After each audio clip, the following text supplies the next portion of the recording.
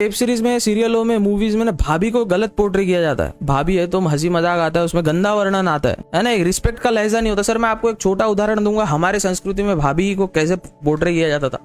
स्वतंत्रवीर सावरकर जो कि विनायक सावरकर जिनको तात्याराव कहते थे, इनकी स्कूल की फीस बचपन में फीस पेड नहीं हुई थी, पैसे नहीं थे, थोड़ा फाइनेंशियल क्राइसिस आ गया था और पूरी जिम्मेदारी बाबाराव सावरकर यानी गणेश दामोदर सावरकर पे आ गई थी। तो अभी सबसे बड़े भाई होने के नाते इनकी शादी हो गई थी यशु वहिनी के साथ। तो इन्होंने एक रिस्क उठाया कि तात्याराव मतलब विनायक सावरकर को भेजने पढ़ाई करने के लिए, अब्रॉड शिक्षण के लिए हमको एक पैसे चाहिए। तो नथनी जो इनकी माता जी गुजर गई थी, तीनों भाइयों की और एक बहन की, स्वतंत्रवीर सावरकर की जो माता जी वो गुजर गई थी, तो उनकी आखिरी गिफ्ट जो यशु वहिनी को दिया था, उनकी बहू को दिया था, वो नथनी रहती है। नोज रिंग को मराठी में नथनी कहते हैं, एक बड़ी सोने की नथनी थी। तो बाबाराव सर जो है यानी गणेश सावरकर जी है, जो इन्होंने वो रिस्क लिया और वो बेचा और उसकी फीस पे की, मतलब अपने जो स्वतंत्रवीर सावरकर है उनकी फीस पे की। तो ट्रांसपोर्टेशन ऑफ लाइफ करके उन्होंने किताब लिखी थी 1926 में। उसमें अपनी भाभी का वर्णन देखो कितना अच्छा करते हैं। भाभी होती है ना, उसका वर्णन देखिए साहब, आप इमोशनल हो जाओगे सर सुन के। मातेचे स्मरण होऊ ना दिले श्रीमती वहिनी वत्सले, तू धैर्याची अशी मूर्ती, माझे वहिनी माझे स्मृती। इसका इंग्लिश में मीनिंग समझ लीजिएगा, मैं मराठी में थोड़ा। Because of you I had no reason to remember my mother, O loving sister in law,